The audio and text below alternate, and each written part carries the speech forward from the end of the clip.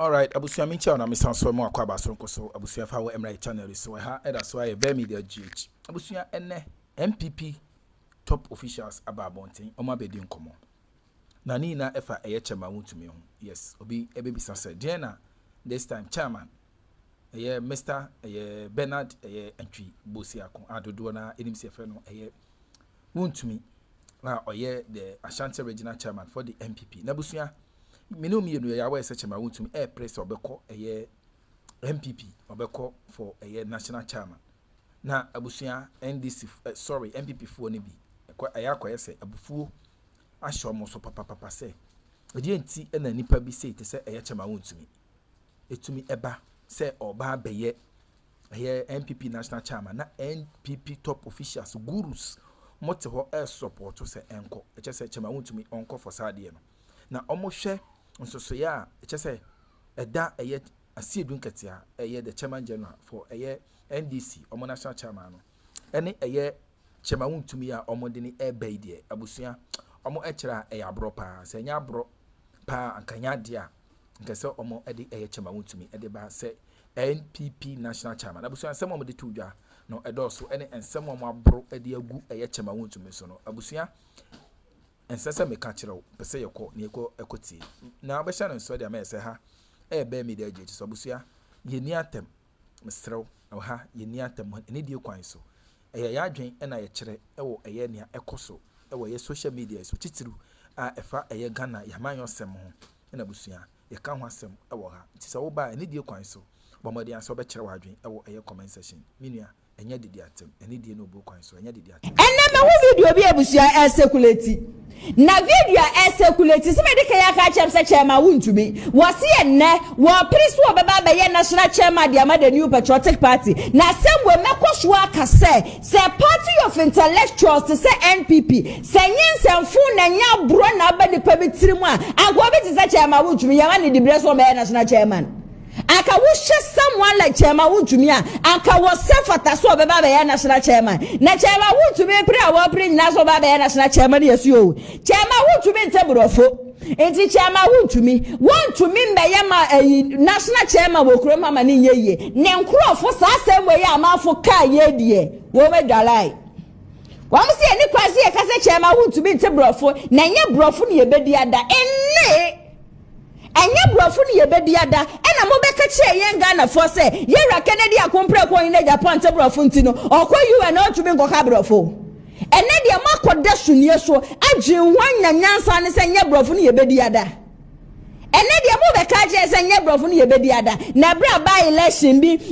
si wo ase not na wona wo ka brofo ni ade na no ma da Chairman Wontumi ena wo koye ena kokoden ena koboae ene de mo nim ne saa eniema yewura Kennedy akompre ko hine Japan wa ye dia ma MPP na seda wan aseda be na mo de da na se na no obi be no be ka se Wontumi nya che obi o sefata so be ba be ye national chairman na mo se monte ase ni kwase ye kasa na Wontumi o ye national chairman material imagine comparing someone like Chairman Wontumi to a said unketia what a shame comparing Chairman Wontumi to a said unketia mu be ka chese na Kennedy di atem ana Kennedy to say na Kennedy to say Chairman Wontumi obi a wa Ashanti regional chairman Wontumi na television show ebie na no ka kire yen se ene ye mampani Excellency John Dramani Mahamoni ni made da only of ataso be national chairman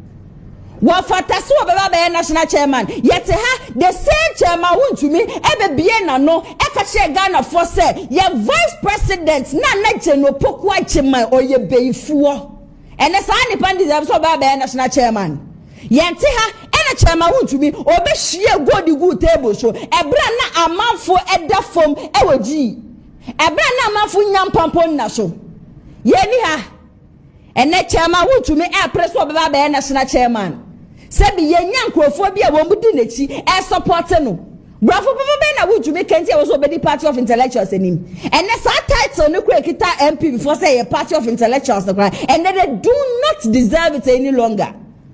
It says NDC and why akono NDC aye akono e change the new patriotic party na mo kwa pray obi manaba be ye chairman the ama party na mo se Chairman Wontumi obi a wose ye vice president ye beifo se Kennedy akodi ama party na obi enu abushia no wo ye mesukura se atachia obi enu wan wo ye mesukura che sa brantie no ene Kevin Taylor oni Kennedy wo mu issue a che se Kevin Taylor empe Kennedy anima hwe nyina itu atachia nti Kennedy was fighting for Atachia. He was the former minister for housing. Wodi Senfumbi. Ena Kevin Taylor ba, yena Kevin Taylor bete ne to. Ena Kennedy. Ewiase mu nyina confirm fighter. Kwa nipa ye twumi anana se. Wo be show na ne Kevin Taylor so se de ebe ye won so wodi esomje. And Atachia na yera compre ko yire Japan kodia man no na se da Atachia na de da na se kra no ne den eya Atachia na beka so wo ka madafaka na se Kennedy nya presidential material Chairman Wontumi de national chairman material sa atade ni po emfata no na me come apart na say if they make any mistake to go and then choose someone like Chairman Wontumi to become the national chairman of the New Patriotic Party and then no we party no now we party no they have destroyed the New Patriotic Party now one more banana party na et say ya kamumu bi mbaba be joining kane no de bia meka me so sisi montempa na wo she MPP atade a ebushia yes salutu ene party atade no chempo na wo fede ene MPP atade wo sha na wo fede me hia wo bi no hia ba o t-shirt ebushia na me muna me hia wo bi no hia ba o atade na me fede mpo de masa nipa no ene one ba o atade wo be hu wo na obi ofie na wo pepa fom obi wo yi market baby na paya yo kaya yo fo yi wo shomu be ya ba ye fo wo mo na mo hye ba o atade na so first no na wo hye former president Kufu atade a fansa na wo jikra na nya asem ketwa ene ye practice Chairman Wontumi de na hye kon ho for someone to stand there and say Ebran tokwasi ye no it was Chairman Wontumi to go and fight money minister kobe na yera Kennedy akompre ko in Japan wanku okrom ha Kofi Jobs ebedi ye man pani na nado dan ko Kufu adu atam se na no abuegu na no shonsuo Yera Kennedy was trying to tell Ghanaians what Kofi Job has said about Nanado Danko Kufuado. More party now kocha hone kakra. Ebe kache Ghana for say Yera Kennedy di Nanado Danko Kufuado atem. Muko meeting amoko ye no. You were trying to bring a huge fight between the Ashantis and the Achems. Na kwabrane actually phone na record e dia akwa ma Accra FM aye nyina yenim sa Accra FM de NDC 4 station sa wo monje mo na yera kompre ko hine Japan wieye eno obeka say party ese bi magimi se kura bi ohun bi da mosemonti ase nyansa na wo nka se bi sansan phone mu bedi enti said ye kan ye no yes Kennedy nim kasa Kennedy ntebrofo the same way na and yes you describe Chairman Wontumi say Chairman Wontumi ntebrofo Chairman Wontumi ne ho nya akono Chairman Wontumi tumi be national chairman emfema party no ema ni nyeye ye be koso aka na delegates sebi mumu bi madwin wo fom no monkwaji ska na monkoto abafo na 2028 mo be ba beto Ghana for ka me woni yenkwe na yenkotie ohinde bana na esiedu na ensema odi tu dwa no emfemra sisia. Our agent must arrest today of our supporters are working and the sad thing is, all this tension is happening in the stronghold of the MPP. You go, they are coming from you, the place is calm, there are no issues there, there are no problems there. But how come in all our strongholds we are having issues there? Why? Is that deliberate? Take 1 second, now complaining. Say, you are pooling agents. Na basa ni na ekoso ewo MPP stronghold basa fini ngola me body no na general secretary body no na me body no say ye kofa kokwa ase ekoye campaign dia na juda suomo ene Chairman Wontumi no na general secretary body say ehwe ye di because ehwe NDC stronghold Chairman Wontumi go kwa na nkofo se yakwa omabu yetumi enko, but he went. And I do by 11 yenam kokwa ase. And a general secretary can say what the problem there no, but MPP stronghold no. Ya pomo ye pulling agents atichibi. Who are in power? Lawyer for no, doctors no, mama cabrofo, they were there. We are the national chairman of Tibrofo, and all these things happened. You think they want to me as a national chairman, sans and full way. Everything I cost. You want opposition and means na campus power, no national chairman. Mamma Monfa but when in Yagro. Namun cabro for some no, but Tana one why Bank of New York, no one. Every into one no. Woman yabre one more campaign ya ma Chairman Wontumi. Yes, one I know I'm a tebro for no more and a Chairman Wontumi see grounds and okoye jumaden and a ma party no and a party no yeah send not woman to be winning ye na sebi Kennedy akompre ko hine Japan de wan kwan fa ma party no and to kwa ben and a Kennedy an kwan fa ma party no. And now, sorry, me ya wanas. Ebra na ko be wie party no. It took Kennedy akompre ko hine Japan. I remember vividly that time. Who watches The Watchman? Kennedy or higher mafo special investigators. Emomu be ye nhwehwemu ni ade. Because he realized say Anas wanted to destroy the reputation of Kennedy Nana Rodon Akufo-Addo and then Dr. Mahmoud Bawumia. Or kokode dem a party no. Nekwa wakunye nyina mantumi anda nasio yeda simple mantumi aka mo de ne 10 cents ababonten 2023 anso hono ma o 2026 idie mo be bie ma no e ka che Ghana for sebi aboa wosuna wodenwe mu mpo nimnyansa de chen no na saa nipa obeka asansemfon no so oyo obi a yewura Kennedy akompre ko in Japan wato ahye ne pen oyo obi a Kennedy atoma ne di pen. Na so obeka sansem we nyina no edugu nani mase obeka sansem we nyina edugu nani mase o say chairman sabonsu senye Kennedy anka 2020 ko be lusi ni seats Kennedy ba ayi swame ebe ye campaign de ma papa we me da simple we ntumi anka etu Kennedy akompre ko in Japan ebe ma usika e ma wanka sam wudi si classroom block e wo swame. And now na abeka kire Ghana for say won Tibrofo ntie ni kwan say oba no obeye president and also obeye flag bearer dem MPP on sem fata na nso ni sika de esefata eno to na ye ka che ye ra Kennedy akompre ko hine Japan say ye di the base aba the base na aba no one dey won support the base a wono anasema ba won hye ye na 2028 ye hu se wogina simpie show ye campaign e de amaba womia. He shouldn't try that with us. Because a year compare Kwebushia or try it ya, not just and sama. Ye kafan winning and nay no cry ya moon, ye baba them akadia chance for the Achayera Kennedy. Said ye yang, ye de naya shan and pabuamwa, yet see the pains he is going through us say. Sika papa ya shin the name of party no, and it's some fun what's one some said ye baba tina sia. Or try say 2028 what the year dia agra ha yaka wo hwe next one ma de base ma kra ye benya leader from an lead he should go and somewhere e be ka be 1 year ma ya to aba wontu kwan ko obi memu cause obi a ye bie ne tiri so dia wanya campaign in fam obi obi a want Tibrofo no be gira simpie so be ka den obi aboa wo so no den rem ne mnyasa che no mukofa aboa wo so no den rem no na wo manyina simpie show na wo be campaign na de ba ko abuhua mi bufu a makoma kora ya me yasa mete so wo kasa de afa unity ho a mahwe twedi ampo nyankopon wanim edi nsamfo aka nsamfo ente se edi a kire wo bi papa a financier of the party and then mo pre unity.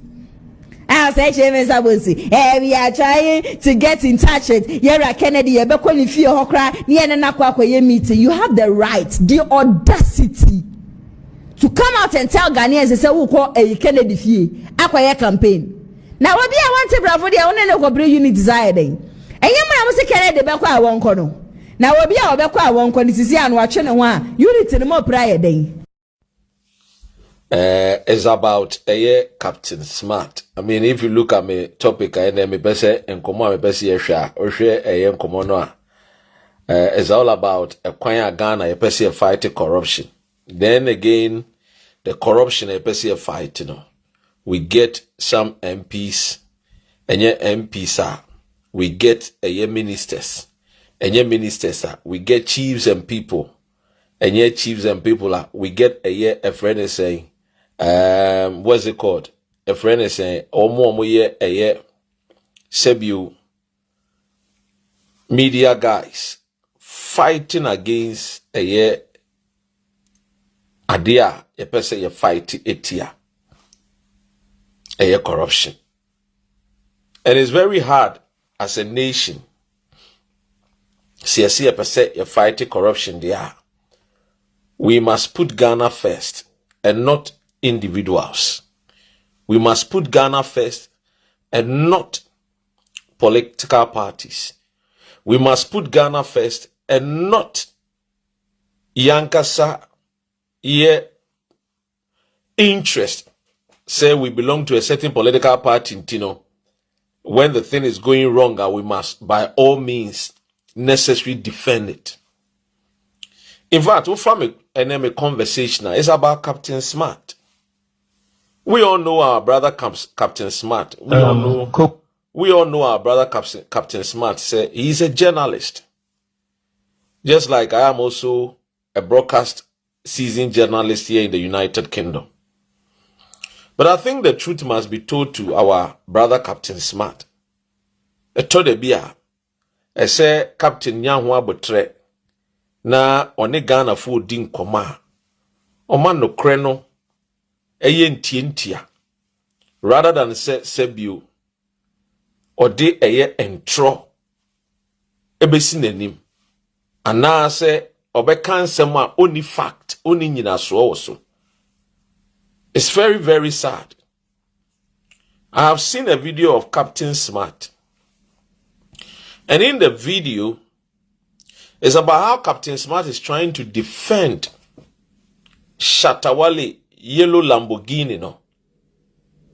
Defend Edubwai of no wrongdoing. And as he is saying and talking about no wrongdoings, no, he has not shown us on showing any evidence to back a friend is saying the statements now all making or just throwing tantrums and shouting, making loud cacophonies into the ears of Ghanaians. You see, it's very hard when you are talking about a fellow journalist. I am a journalist.